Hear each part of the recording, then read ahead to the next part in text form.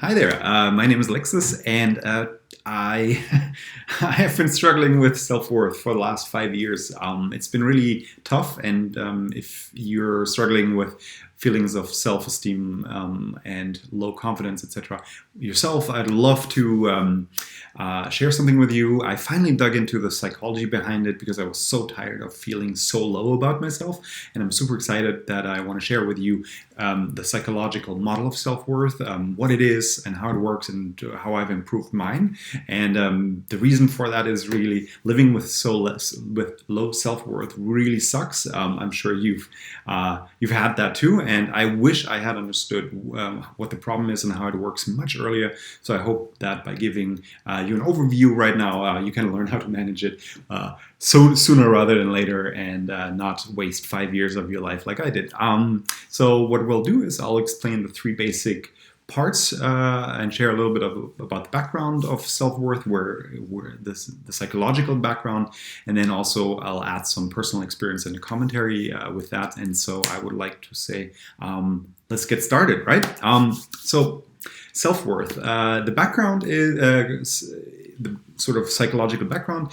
Self-worth comes from the branch of psychology called humanism, and humanism is all about how we see ourselves and how we would like to be, and there and yeah, basically, yeah, how do we see ourselves and how do we want to be? This is called, on one hand, the self-image. I'm sure you've heard that before, and on the other hand, the ideal self, right? And we'll go into the details right now, but the amount of self-worth or self-esteem or confidence that you have currently is directly related how well these two things are overlapping. And we'll go through, is your self-image and your ideal self, is it the same? Are they overlapping a little bit, or are they really far apart? And based on how close or how far apart they are, you experience low or high amounts of self-worth. So super exciting, super simple, and I wish someone had told me this. So self-image, first of all, is how we see ourselves. How do you see yourself? What do you focus on when you look into the mirror? Usually that's maybe not so positive. At least for me, it's often I see a lot of flaws. I see things that are missing more than the things that are there. On the other hand, the ideal self is often, obviously, where would I like to be? Maybe you want to be rich and famous, or you want to be, beautiful. The media gives us 24/7 like ideas of how this ideal self of ourselves could be. And let's go into the dynamics. If the self-image, right, this guy here, how I'm seeing myself, and the ideal self, if they're not overlapping, if there's a gap, or if there's they're just like a little bit overlapping, you feel unhappy and you will experience low self-worth, low self-esteem. So for example, let's say self-image, you see yourself as broke because you don't have much money in the bank. This was a few years back. I had that. My self-image was I was broke. Or I felt broke, but I wish my ideal self was to be a millionaire, right? So let's say that, for example, if there's this gap between how I'm seeing myself and how I would like to be, if there's a big gap, I felt like shit and I hated it, right? And this is a really, really vulnerable position that you're in. If you're in some way, like let's say you're overweight and you want to be slim, and there's like maybe 50 pounds between that, you will feel very low self-worth, for example, or whatever, right? And so the problem is you're at that point, you're really, really vulnerable. And I think this is where a lot of people get hooked on these unrealistic goal setting schemes and The Secret and all this wishful thinking stuff, myself included. Please note that creative goal setting isn't bad by itself, but if the way you're goal setting is creating a bigger gap between where you are right now and where you want to be. Like if you're just if you're fueling the gap basically by making yourself a vision board, you're broke and you want to be a millionaire. Again, like silly example, and you're doing all these exercises, but it's creating the gap becomes bigger and bigger, it will work against you, and it worked against me, and you will feel so much less worth, and you'll feel worse, although you're trying to do something good for yourself. So tip, if you're feeling bad about yourself, like work, love, money, living situation, whatever, you're vulnerable to quick fixes, to people promising you quick fixes. Don't make the mistake in buying into the wishful thinking motivation gurus yet. They have their place. I'm not saying they're saying the wrong things, but right now it's going to work against you because you're potentially creating a bigger gap between your self-image and your ideal self. So what do you do? Or a second part, when self-image and your ideal self are more overlapping, let's say they're close, right? They're halfway overlap.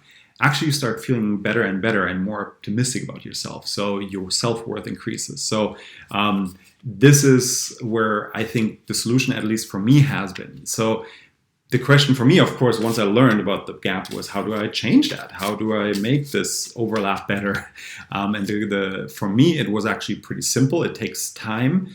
But step one for me was to take the pressure off. If there's a gap here, don't stop.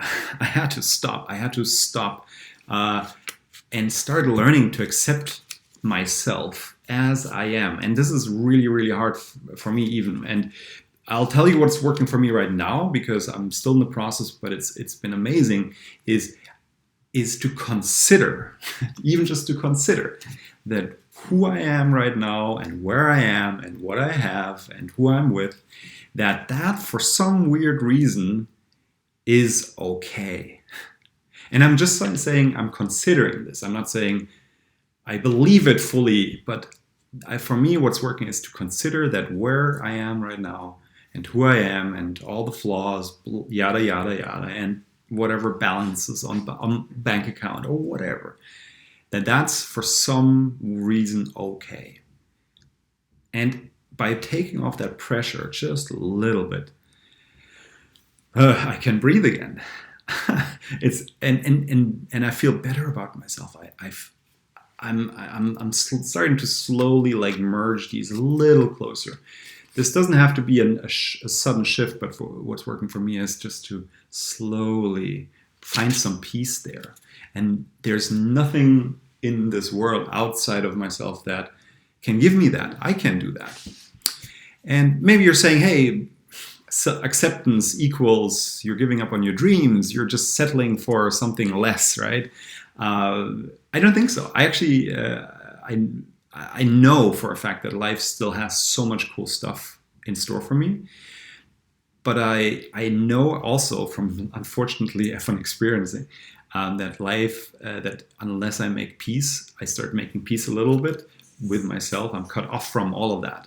So I do believe that personal growth will get me to amazing places in the end. But I've noticed that unless I'm a little bit more in sync, it's not going to happen. Okay. And then lastly, this is what's called self-actualization in humanism. When you align the self-image and the ideal self, right? If I say basically who I am right now and where I want to be is exactly perfect, it's the same, right? If they're overlapping. And in fact, I'll put the ideal self on top. If the ideal self equals where I'm right now, you start feeling fantastic about yourself. You'll feel a sensation of self-worth. You'll be confident. You'll feel so good. And this is where you'll feel so good that you want to start to make stuff happen. You bring yourself into a place, into a good place. And what it sounds like or what it feels like is how I am right now is exactly the most ideal to me. It gives me confidence. I'm excited to do this thing, and because I really, really want it, I know it will happen. And so this is, I think, where creative thinking or wishful thinking and The Secret and all of that, that's what they're really describing, is when you're feeling good about yourself, you're I'm just me right now, but oddly enough, that's ideal. if I can get to that place, I free up so much energy that I can like, oh yeah, I really want, I've always wanted to do X, right? Whatever it is for you. Or you're like, oh yeah, I really want to do sports because I want to feel better. I want to feel strong. You switch from like, you become more creative. You have more motivation. All of this comes from the inside because you're not fighting yourself anymore. You're not like, you've minimized the gap to the point where you're like, I'm good where I am right now, and now I can move forward and I can make cool stuff happen. And I think this is what this is all about. I think for me, what's been working is doing these small self-acceptance practices every day. Just saying, what if where I'm at right now and where I want to go is exactly the same, and for now, that my ideal world is happening now, and me here right now. If I consider this, just taking off that pressure is really helping me. And so those are the three parts to it. Just again, your self-image and your ideal self are far apart. You'll feel shitty. You'll feel like crap. If they're starting to overlap a little bit, you'll feel better. You'll feel more confident. You'll feel more self-esteem. And if they're overlapping, if they're the same, and let's say the ideal, if they're the same, you're unstoppable because you feel just great about yourself. That's that. I'm super excited about it. Wanted to share that with you. Hope you take something away from this. I wish I had heard this, years ago, because it was so hard for years. And I'm done with that, and I'm glad I understand this better. And I hope you find something here too. Thank you so much, and talk to you soon.